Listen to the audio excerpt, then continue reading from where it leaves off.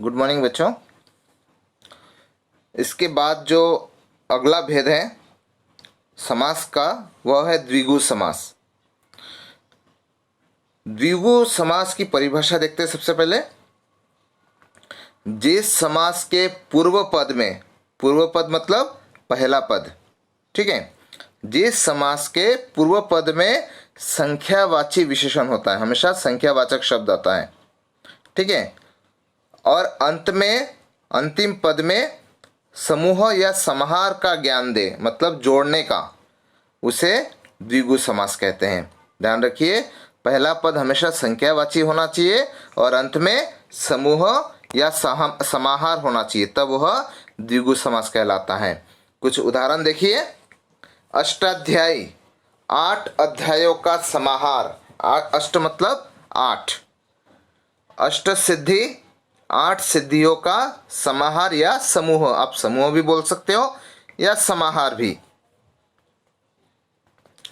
चवन्नी, 4 आनों का समाहार। चवन्नी मतलब जो पहले के 4 आने के कॉइन्स आते थे उसे चवन्नी कहते हैं। चारपाई, 4 पायों का समाहार। जो 4 पाई हम खटिया बोलते हैं उसे चारपाई। चौमासा, 4 मासों का समाहार। मास मतलब मंथ। तिरंगा, 3 रंगों का समाहार। त्रिफला, 3 फलों का समाहार। त्रिभुवन, 3 भुवनों का समाहार। भुवन मतलब जैसे आकाश पाताल और ऐसे 3 भुवन कहते हैं ना हम लोग, उसे त्रिभुवन कहते हैं। त्रिलोक, 3 लोकों का समाहार।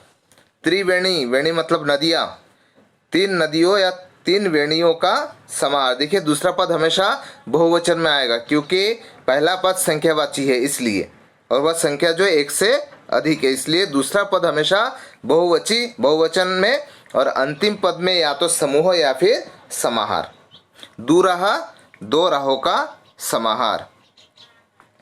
दोपहर, 2 पहरों का समाहार। द्विगु, द्विगु मतलब 2 गौओं का समाहार। गौ मतलब गाय। नवग्रह, 9 ग्रहों का समाहार। 9 मतलब 9। नवनिधि, 9 निधियों का समाहार। नवरत्न, 9 रत्नों का समाहार।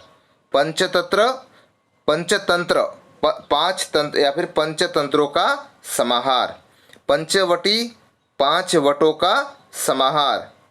पंजाब, 5 आबों का समाहार। आब मतलब नदियाँ। शताब्दी, 100 अब्दों या फिर 100 वर्षों का समाहार। षडरस, 6 रसों का समाहार। सतसई, 700 का समाहार। सप्ताह, 7 दिनों का समाहार। इसके अलावा कुछ और उदाहरण देखते हैं। अठन्नी, 8 आनों का समाहार। त्रिकोण, 3 कोणों का समाहार। सप्तसिंधु, 7 सिंधुओं का समाहार। त्रिफला, 3 फलों का समाहार। नवनिधि, 9 निधियों का समाहार। पंचपात्र, 5 पात्रों का समाहार। पात्र मतलब कोई बर्तन या कोई ऐसी चीज। तो इस तरह से ध्यान रखिए, द्विगु समास में हमेशा पहला पद जो है संख्यावाची शब्द होगा और दूसरा पद जो है हमेशा बहुवचन में प्रयोग होता है, अंत में समूह या समाहार। कुछ और उदाहरण देखिए आप लोग, यहाँ पर दिया है। पंजाब, सप्ताह, चौमासा, दोपहर, 2 पहरों का समाहार। देखिए नया शब्द आया है दोपहर। फिर इधर सतसई, त्रिभुवन, पंचवटी, अष्टाध्यायी हो गया है। पंचतत्व हो गया, 5 तत्वों का समाहार। शताब्दी, सारे शब्द आ गए हैं। तो समझ में आया आप लोगों को कि इसमें जो द्विगु समास में है पहला पद हमेशा संख्यावाची होना चाहिए और दूसरा पद जो है हमेशा बहुवचन में होना चाहिए।